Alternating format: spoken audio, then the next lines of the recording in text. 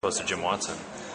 This is a very upfront, strategic, longer-term, consultative, collaborative process with targeted outcomes. Substantially different. The Alliance has put forward a set of targets for us to be able to achieve the end of homelessness in this city in 10 years.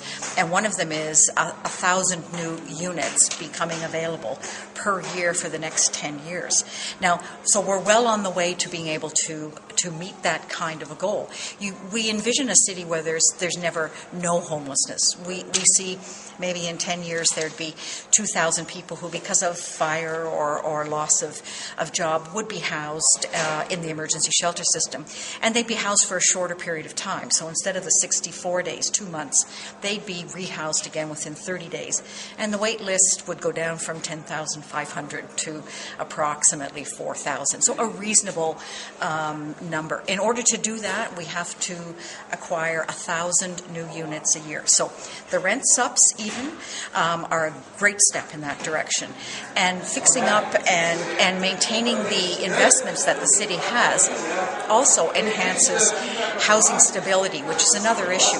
If you're living in a unit where it's not very inhabitable for a variety of reasons, then you're more likely to be unstably housed, want to move, have to move.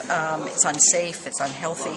And those are big challenges for the city because the city does have a very large stock and it needs to maintain that stock. When we talk about the dollar value, 14 million, do you have a sense of what was committed in other years?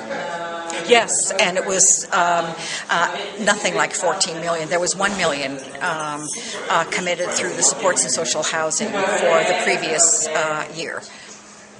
And that's a substantial difference. And it was very targeted, whereas it's positive, it's nowhere nearly as comprehensive as the 14 million, and the breadth of the 14 million, and the fact that it is annualized funds. It's not just every year. It's not just one time. Yeah, so will you hit your target of 1,000 new units in 2011?